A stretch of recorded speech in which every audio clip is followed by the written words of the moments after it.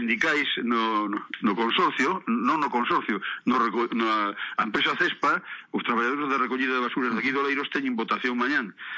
Saben unhas manipulacións que a min non me agradan nada. A liberdade hai que deixala para que cada un vote a quen queira, ao sindicato que queira, o que non se pode decirlle a xente casi amenazala que a ver que vai pasar porque vamos a reducir personal, hai que ser vos e hai que colaborar con este sindicato. Me parece gravísimo o que está pasando no consorcio últimamente, non?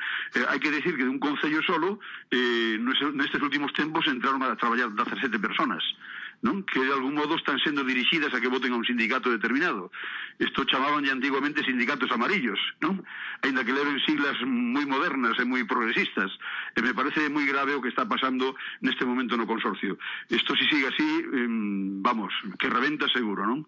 Rebenta seguro porque non se pode permitir unha manipulación tan asquerosa dunha plantilla de traballadores, non? Por tanto, os traballadores que voten libremente, non se vai votar a nadie, a empresa necesita xente, que non anden dicindo que van a votar xente, necesita xente, porque non ten a plantilla cuberta do que ten os contratos cos concellos, e ademais non prestaba un montón de servicios según a auditoría que algúns queren tapar, non? Desde dentro do consorcio non estaba prestando servicio como debía facelo, porque para iso facía falta máis personas, non? Por tanto, que salga o que salga, pero que non se manipula a nadie, que nadie se teña medo porque vaya a perder o seu posto de traballo, porque para iso estou aí, para vigilar de que non pase ninguna cousa rara no futuro, non?